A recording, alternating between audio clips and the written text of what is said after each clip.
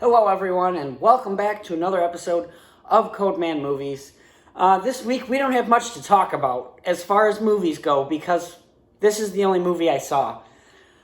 I have had another busy week and just had no time to watch really any movies, and I also got addicted to a little show called Euphoria. So, for this week I guess we're going to do something special, not something I normally do, and we're going to just talk spoilers for Doctor Strange. And then I'm also going to kind of go into spoilers into Euphoria, I guess, too, a little bit. But we're going to focus mostly on Doctor Strange here. And, yeah, we're going to do that because I just haven't watched enough this week because I've been tired and busy. And, yeah, that's Cody's life for you. But anyways, guys, first of all, get your alcoholic beverage. I have my orange fashion. I'm sure I've talked to you about this. This is a drink I made up with Captain Morgan orange rum, an old-fashioned, but with orange rum and oranges, the teeny oranges, the mandarin oranges, I don't know what you call them, whatever, it tastes good.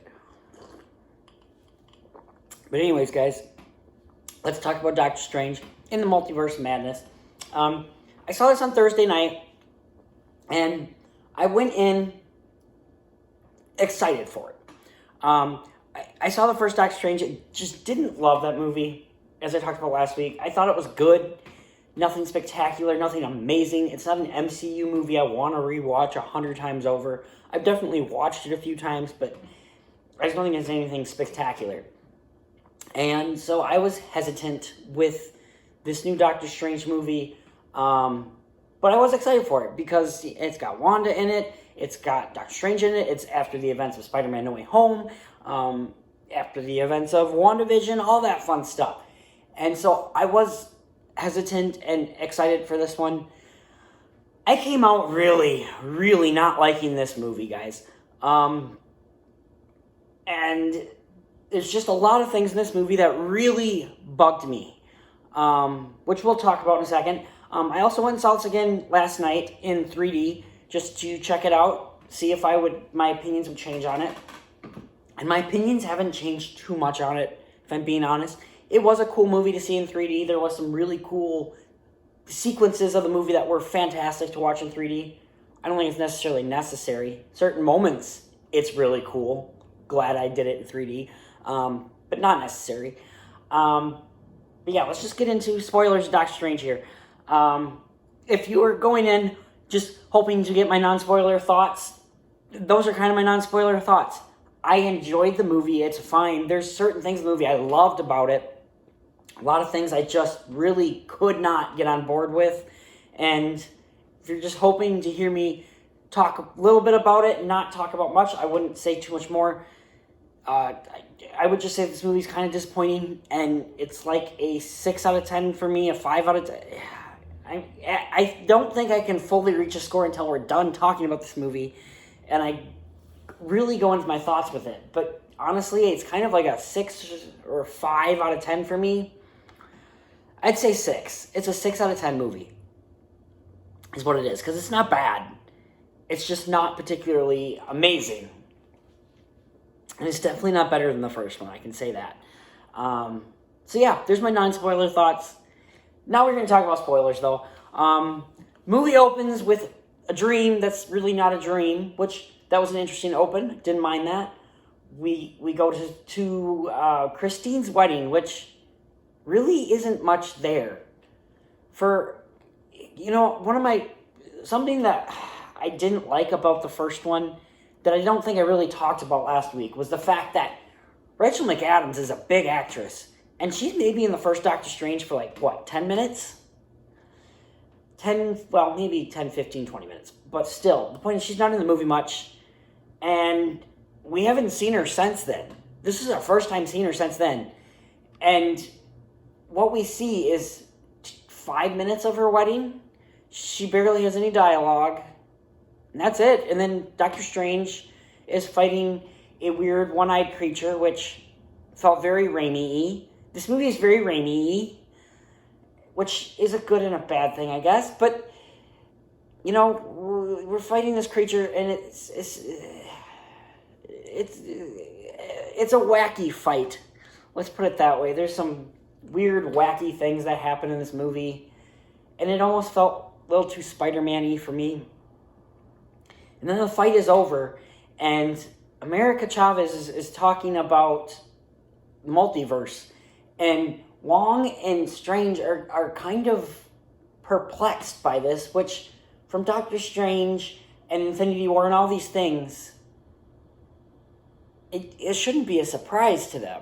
Unless that spell in No Way Home, like, erased part of their minds or something, it shouldn't be something that they're so surprised about. And then even, like, America Chavez is like, perplexed by certain things. Like, America Chavez doesn't know who Spider-Man is. You're telling me that in the 77 other universes that she's been into, that there's no other Spider-Man or Spider-Gwen or anybody like that? I don't believe that. So right there was when things started getting wonky for me. I could accept the short wedding. I could accept the interesting, weird fight scene, white action sequence with the monster. That scene got me, though, is where they're talking. And then we get into Wanda, and I didn't love Wanda in this movie. I think Elizabeth Olsen is fantastic. She's giving such an amazing performance. I just don't like her character arc. At the end of WandaVision, she understood that she did wrong. She didn't mean to, but she knew she did wrong. And yeah, in the post-credit scenes of WandaVision, we see her using the, what is it called, the black hole, what's it called? Whatever, the evil book. We see her using it. And we hear her kids go, "Help, Mom," or whatever it is. They call out for help. And in this movie, it just kind of seemed to ignore that almost. Like, Stephen comes in and literally says, "I'm not here to talk about Westview. You realized you did something wrong, and you made up for it. You fixed it." But she didn't. She kind of just went evil and made this red prairie farm place, whatever the hell she's at. And she went psycho and psychotic, so she really didn't make up for it. Meaning her entire end of the arc of WandaVision's kind of just gone. And then Wanda's just kind of looking for her kids the entire time. What about Vision? Like, there's literally 2 mentions of Vision, I think, in this entire movie. One where she's talking about Vision thought the multiverse was dangerous. And another one where she's talking, I don't even remember the other one. Oh, where she's talking about where she had to kill her husband and watch him die again. There wasn't much there, honestly. And so yeah, she's just immediately kind of evil. And I didn't think she should have been. I didn't think it was warranted. I didn't think it was earned. You have the fight at Carmitage, which, that was fantastic. Everything Wanda did with, like, whispering, "Run." Like, I like the idea as Wanda as a villain. But it should have built up more. I didn't feel it was really built up. And at the end of the day, this Doctor Strange movie also felt more like a Wanda movie. I think Wanda has more screen time, it felt like, than Doctor Strange, which is crazy to me. But anyways, fight at Krasmata is awesome. The bit where Strange traps her in the mirrors and such, that's awesome. That was really cool in 3D, where she's reaching through reflections. That's awesome. And then we get into other multi-dimensions, which are awesome. Again, another thing to watch in 3D that was awesome. Just traveling through all these dimensions and such. That was really cool. And then we settle... Oh, excuse me. Then we settle in this one dimension where we start walking around, and there's Bruce Campbell. I can't say his name, however you say it. I'm not good with names. We all know this. But anyways, we talked to him, which I enjoy that scene. I know some people aren't liking that scene. I thought that was a good little Raimi Campbell bit. And then we get to Mordo. And again, we haven't seen this character since Doctor Strange. And instead we're getting a lot of, well, not a lot of screen time, but screen time with this other dimensional Mordo. And it just felt weird and off, and it feels like they don't know what to do with his character. They got excited about the fact that he's someone from the comics, so they put him in the first one, and now they just don't know what to do with him. Because he hasn't been in any other movies besides the first Doctor Strange. And it's a different dimension that we're seeing. We're not even seeing the correct Mordo, really. So it's just disappointing in that aspect. And then we get into the Illuminati. Oh, and let's also talk about that scene where they stand in the little doodad and it shows them the memories. What a waste. Why it just... I understand why they showed that. But you could have had Wanda read their minds, or Professor X is in this movie. Have him read their minds and see that. Like, why did we need this random scene of them just standing on something? Also, they didn't have money to pay for pizza balls or whatever the hell they were called. But somehow they do have money to look at their memories. And how did that money come out? Like, is there just kind of like a cloud for your money that it just gets taken out anywhere and everywhere you go? That scene just didn't make sense to me. But anyways, we get into the Illuminati then, which, that was an interesting thing at first. We see, what is it, Black Bolt, I think his name is. We see Captain Carter, which was cool in a sense, because we saw that in What If. We also saw Captain Marvel, but as, what's her name? What's her name?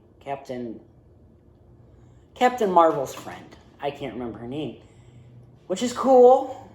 It's cool that we got another, it's cool that we have a female superhero, even though Captain Marvel already is a female superhero, but we also got a superhero of color that is a woman, and that was cool to see.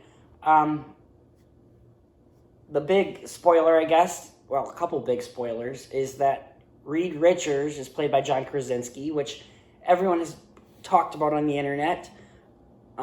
Is it just me, or does his suit just look entirely CGI, and that he really wasn't there filming ever, that there was like maybe COVID issues or something like that, and he was like filming it from home, and his head just looked like he was kind of like floating? Maybe that was just me, I don't know. But it didn't even look that good to me, his suit, wearing the Mr. Fantastic suit. And then Professor X comes into frame, which we kind of knew from the trailers. I try not to watch trailers, but I did accidentally see the one trailer where we hear Patrick Stewart's voice. I didn't know if it was actually going to be Professor X or what necessarily, but we got all that, and I don't know. We find out the backstory between this other Strange on this planet and how he was actually bad and blah, blah, blah, blah. Yeah, I don't know that I particularly loved that. I just found it to be a bit ridiculous, and I don't know. It was fine. The movie's called Multiverse and Madness, and we're stuck mostly in this one multiverse. And it just bugged me. And then also, Christine's also in this one as well, but she's like the doctor studying the multiverse and studying all these other multiversal dimensions and giving numbers to them. I guess she had more... I mean, she probably had the same screen time as she did in the first one, honestly. Maybe a little bit more in this one. But it's not even our Christine. It's a different Christine. As we know, my computer can suck because, well, it just sucks. It's old. Anyways. So, yeah. The whole Christine stuff was just disappointing. I like that we have more screen time with Rachel McAdams, but it was just kind of disappointing. And then the Illuminati. The Illuminati see that Wanda's here, so they all go take off. Black Bolt is immediately killed Wanda takes away his mouth. That bit's awesome. How she massacres the Illuminati is kind of cool. But also at the same time, she's fighting these guys, and these guys have fought Thanos. They beat Thanos together. And like in Avengers Endgame, Captain Marvel like goes toe to toe with Thanos easily. Well, not easily, but like she takes him on. And she can't beat Wanda? I don't know, there's certain inconsistencies in this movie as well that kind of bugged me. But the way she took out the Illuminati was really cool. How she's talking to Mr. Fantastic, it says, do you have kids? He goes, yes. She goes, do they have a mother? He goes, yes. He goes, well, good, then they'll be fine. They still have someone left. That was awesome. How they took out Captain Carter, literally split her in half. That was cool. All that stuff was really cool. But it was one cool part in something that happened beforehand, which wasn't as cool. You know what I mean? This entire movie it felt like there was a lot of great moments in it, and just not good payoffs with it. I love the horror aspect, how this movie felt like a horror movie a lot of times, and especially like that scene. That scene's horrific, because especially right after that, Wanda is chasing them through the tunnels. They're trying to find the door to that other book, the other MacGuffin.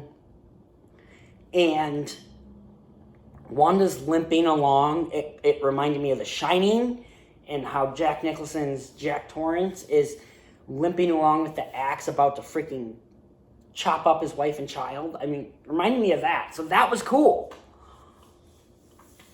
And then it leads to where they get the book. They open the door, look in the book, and it seems like they're taking their time. Wanda was never that far behind them.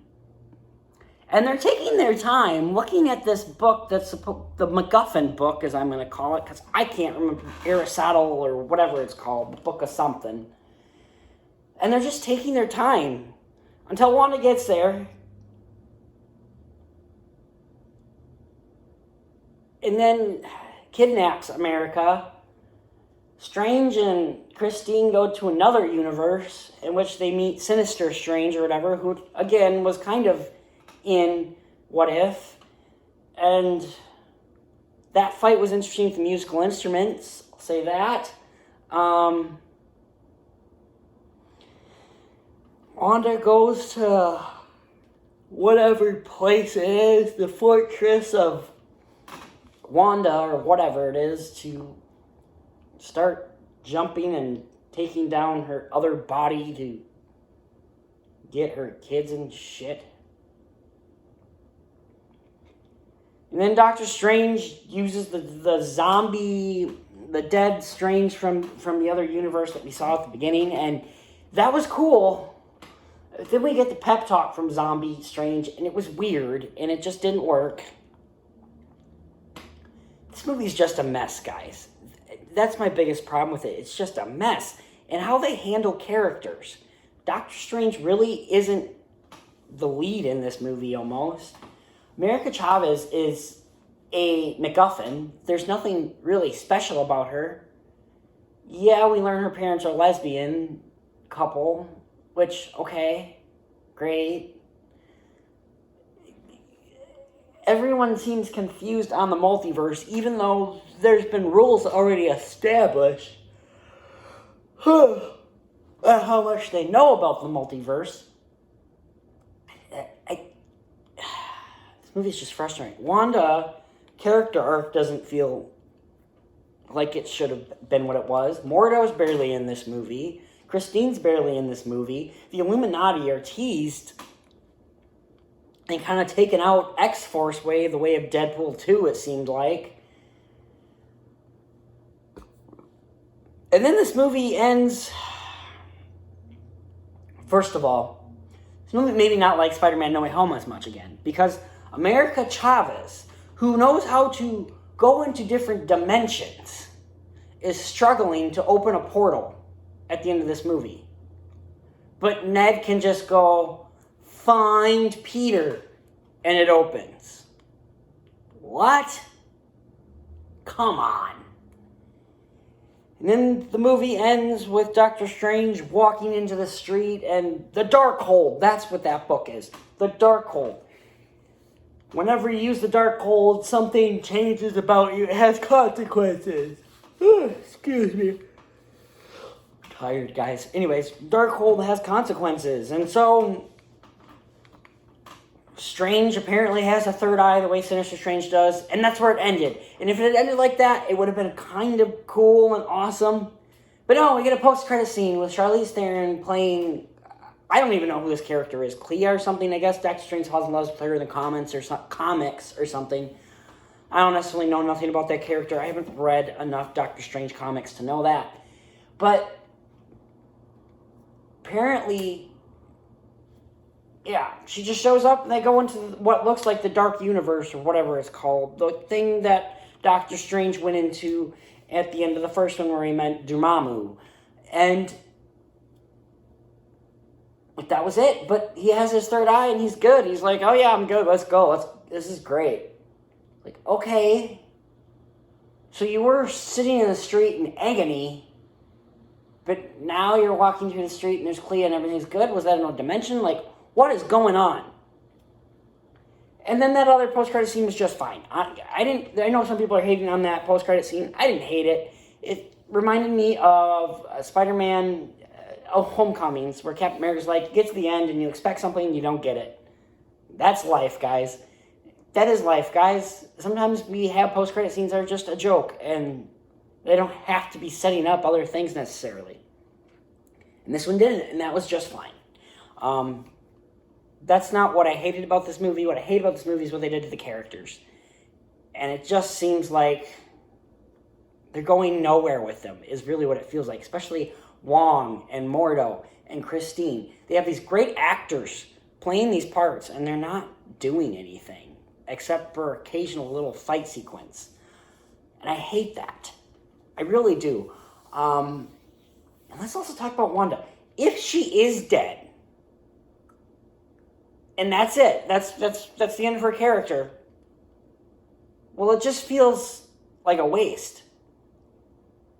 I mean, seriously.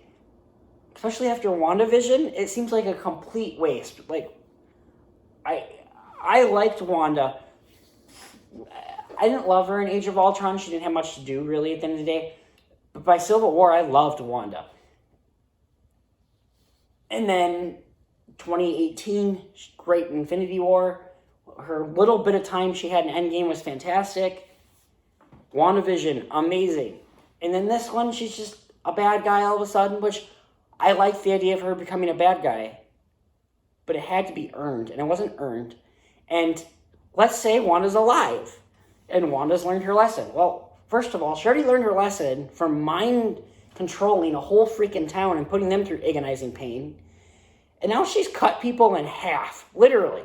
She took Captain America's shield, Captain Carter's shield, and literally sliced her in half. Wanda can't be a good person anymore.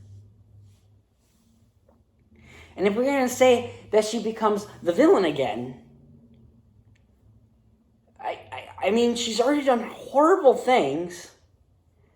She's destroyed the Darkhold. Like, she kind of became a good guy by the end of this one, but she wasn't a good guy. She did all these horrible things. I just don't know what you can do with Wanda anymore, which sucks, because she was a great character. And America Chavez, I don't know, she was just a MacGuffin. She had nothing. I was excited about her being a Latino character and this young girl playing her, and she did great for what she had to do, but she didn't do anything. She's just a MacGuffin. And Benedict Cumberbatch is great as Doctor Strange, but he doesn't have that much to do, really. It doesn't seem like his movie. It seems more like a Wanda movie. So at the end of the day, guys, this movie's just disappointing. There's some great bits in it, though. There's some great action sequences, some great things I love.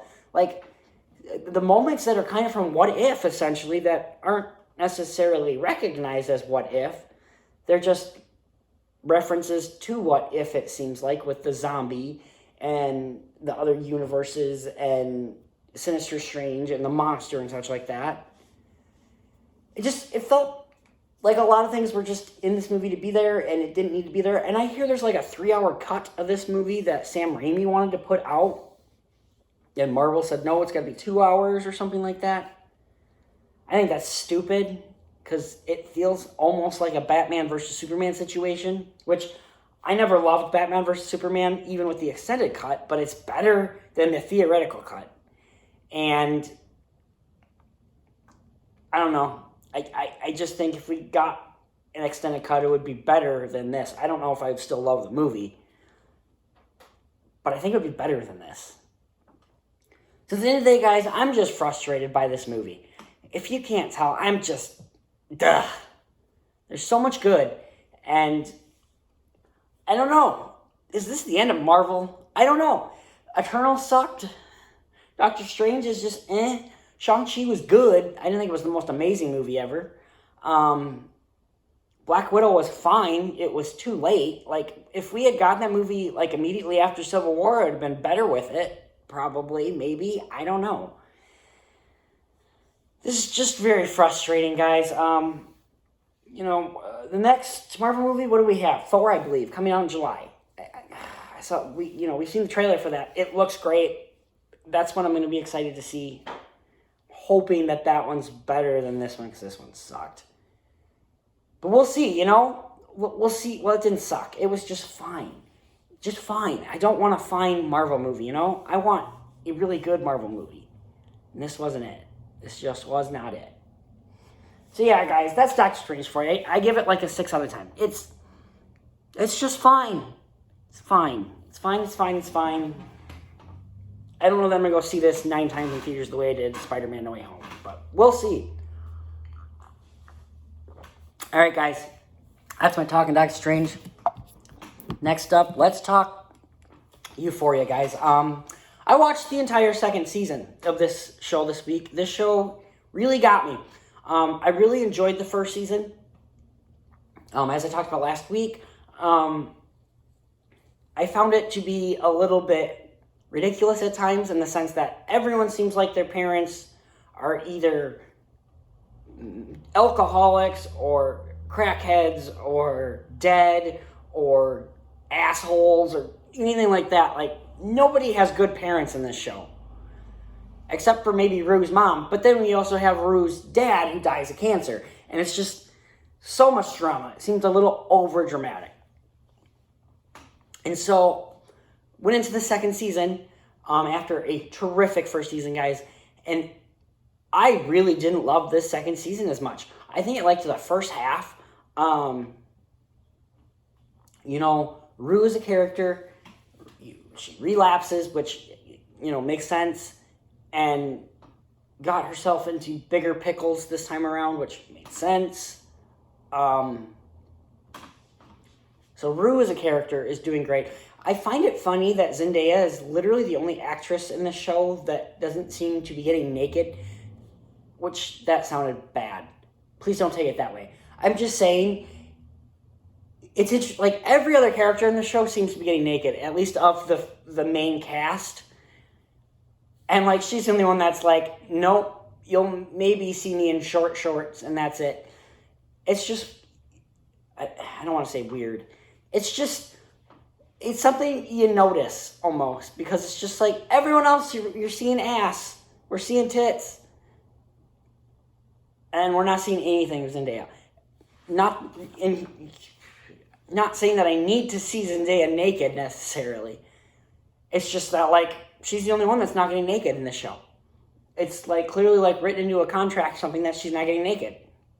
Which, good for her, for not needing to get naked or whatever, but I'm just saying, it's weird. It's not weird. It's just, I think you understand what I'm saying, that she's just the only one. And it's just interesting. So yeah, Rue's arc throughout this season was great. I'm going to be all over the place on this. We're just going to kind of go up by character. And Rue, going through this relapse, Zendaya is so freaking amazing in this show. The episode, I think it's the 7th or 8th episode? No, it's like the 6th or 7th episode, where Jules tells her mom, and she is just screaming at her mom, "Where's the suitcase?" She's slapping her, she's pushing her sister. She's breaking down doors. She's just so angry, and Zendaya just does such a fantastic job. The bit where she talks to Jules and says, "I wish I had never met you. You're dead to me." Such an emotionally powerful scene, and Zendaya does such a great job with that. Let's talk about Jules next.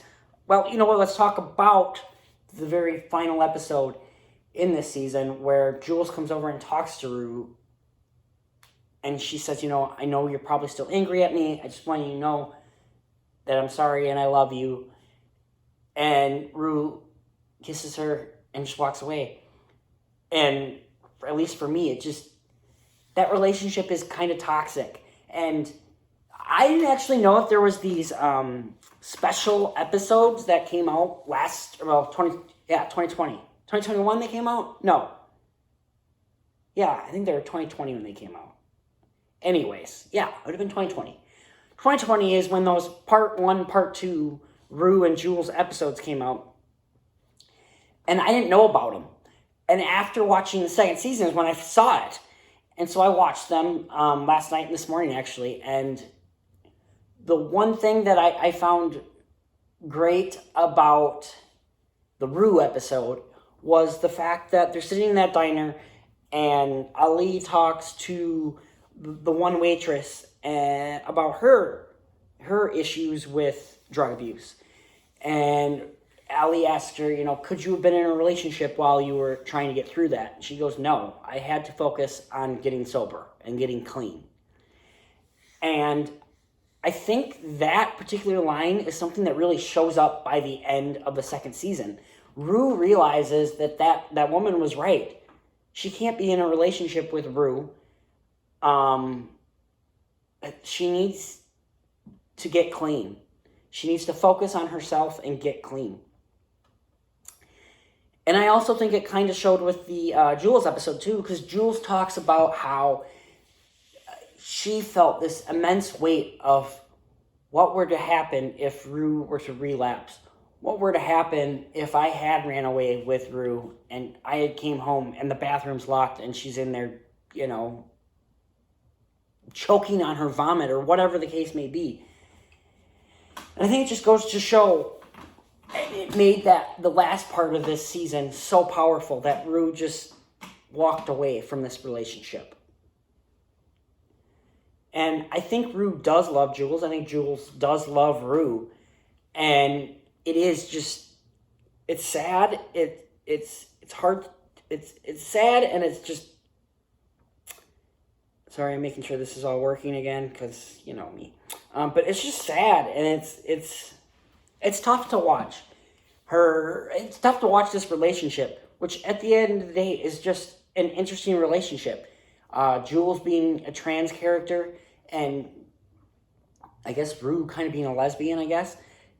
She is a lesbian, sort of. I don't know. How would you qualify that? But anyways, it's just a unique relationship, and a beautiful one. Because it does start out as just this friendship, and then it turns into something more, and it's beautiful. I really do love this relationship. And so, yeah, I think Jules and Rue, at the end of it is the heart of the show. And I think their arcs are fantastic. I really do enjoy that aspect of it. And I loved that.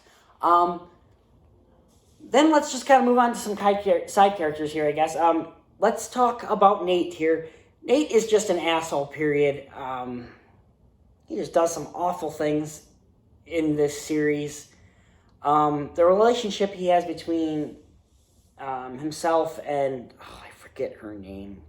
Not Cassie, the other one. The other girl that he's like in love with, but he's like beating her and screaming at her, and just another toxic relationship that they should not be together. That went on throughout the series, this season, and I don't like the girl he likes, and I don't like Nate. His dad is another person. There was an episode completely focused on his dad, and it shows how he was, I guess, gay, and that was kind of him discovering he was gay got taken away because he got a girl pregnant, which turned out to be his actual wife, and you see how that took its toll on him. He cheated on his wife with men, women alike,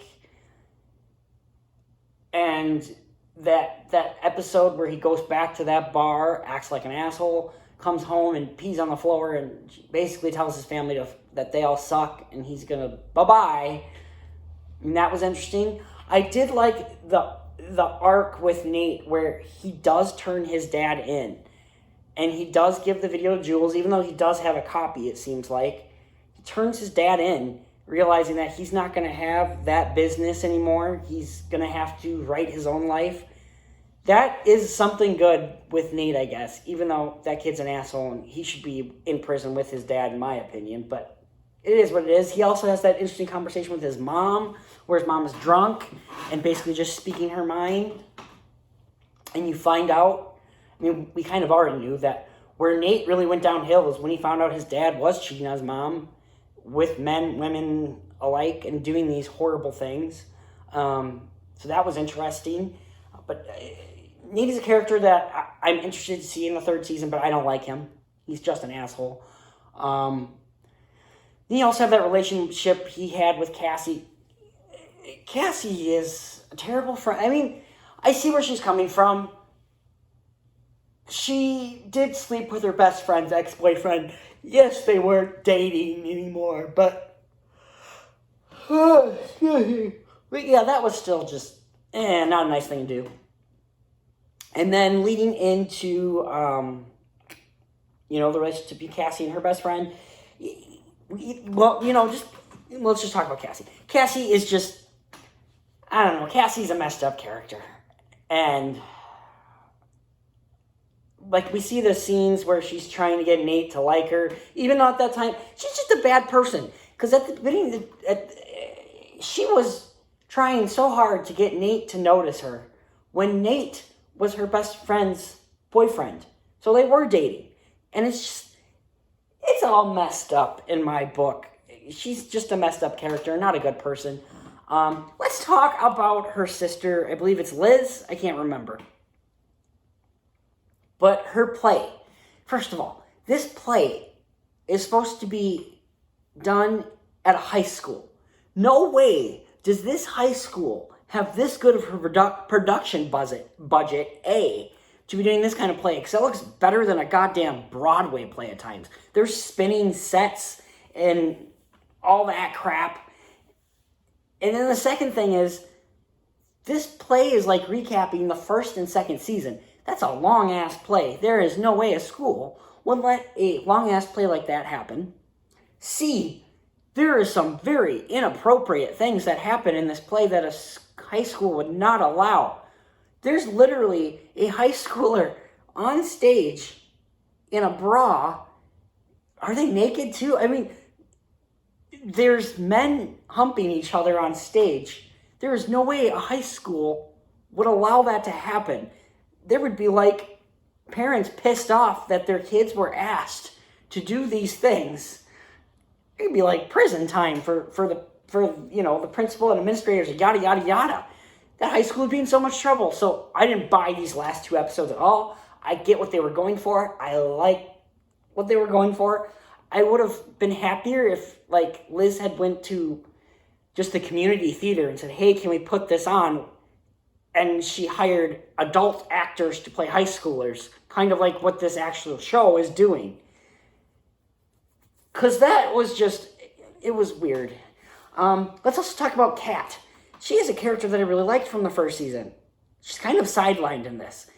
She basically had her own episode. I think it was like the fourth episode where she had her own episode where she, was doing the camera things with the mask and yada, yada, yada.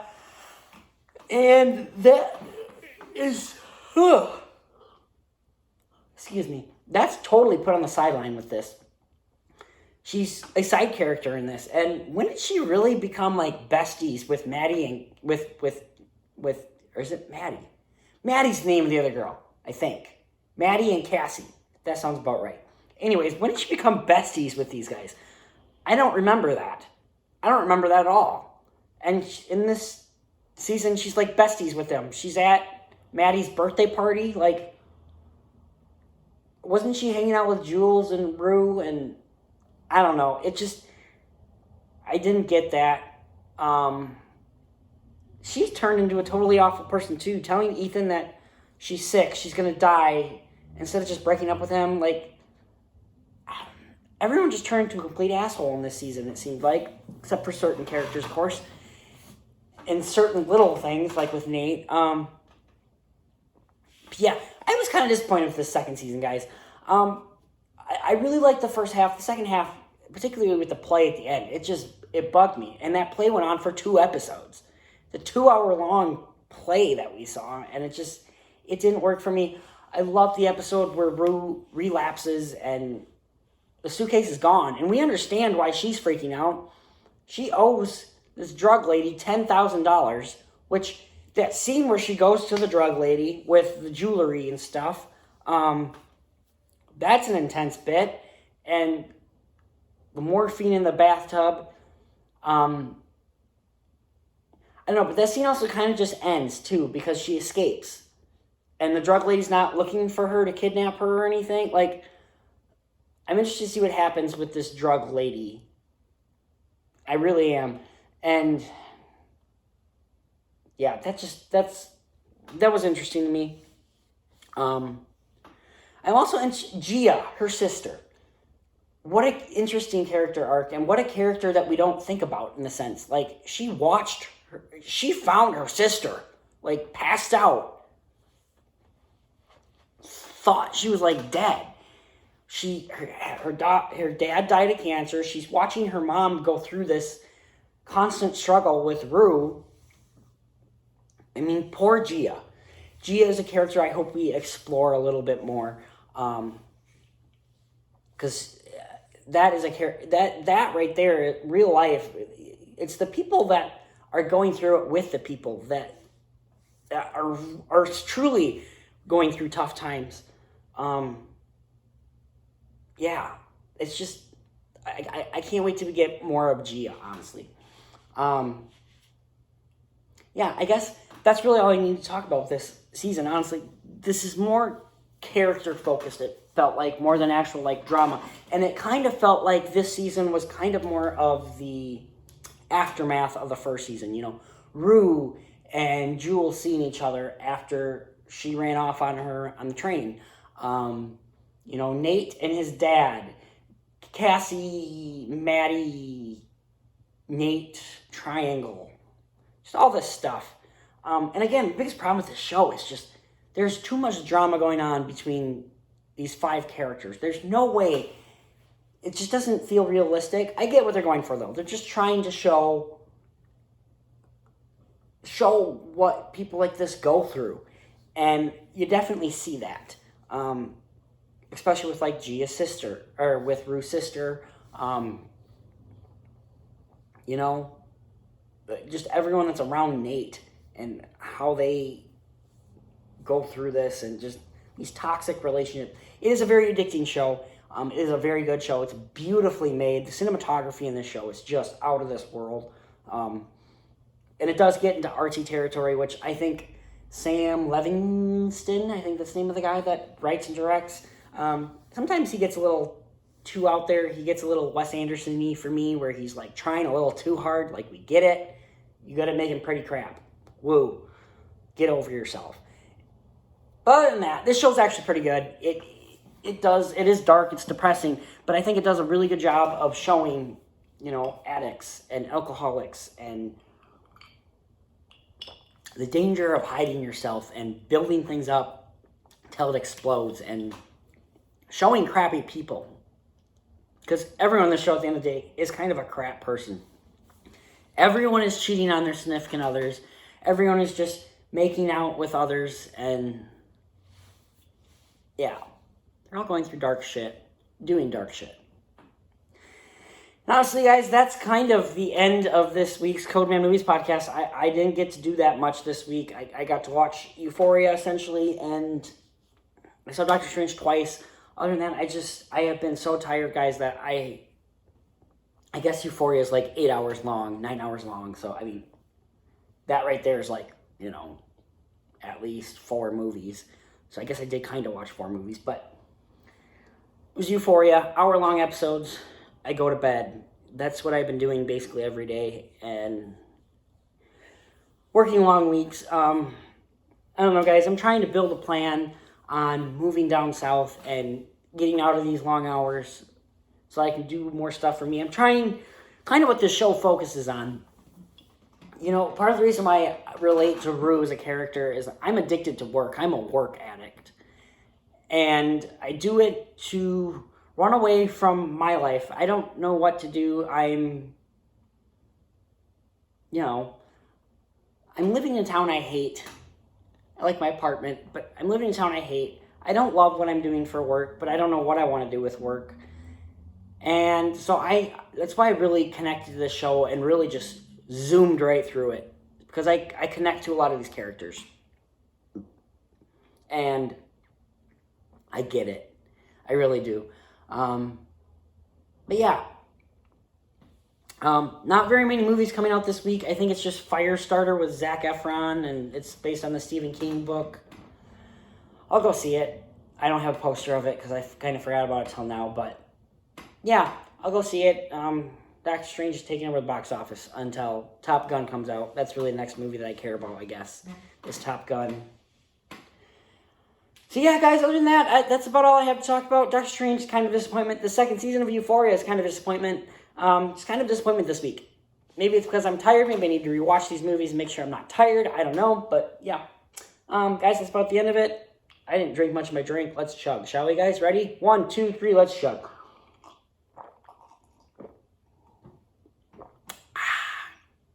Anyways, guys, that is the end of this week's episode of Code Man Movies. Tell me some movies I should watch. Talk to me about Doctor Strange. I did spoil Doctor Strange, so we can go in the comments and spoil the hell out of this. Tell me what you're thinking, guys. Have yourselves a great week. It is getting nicer out in Wisconsin where I'm living here. I'm wearing shorts outside. It's great. But anyway, guys, have a great week. We will see you next time. Don't do anything I wouldn't do. Tip your waiters, tip your waitresses. And when I mean tip them, I mean push those bastards because they don't need money. They kind of do, actually, so make sure to actually tip them. But, you can tip them too. Anyway, guys, have a good week.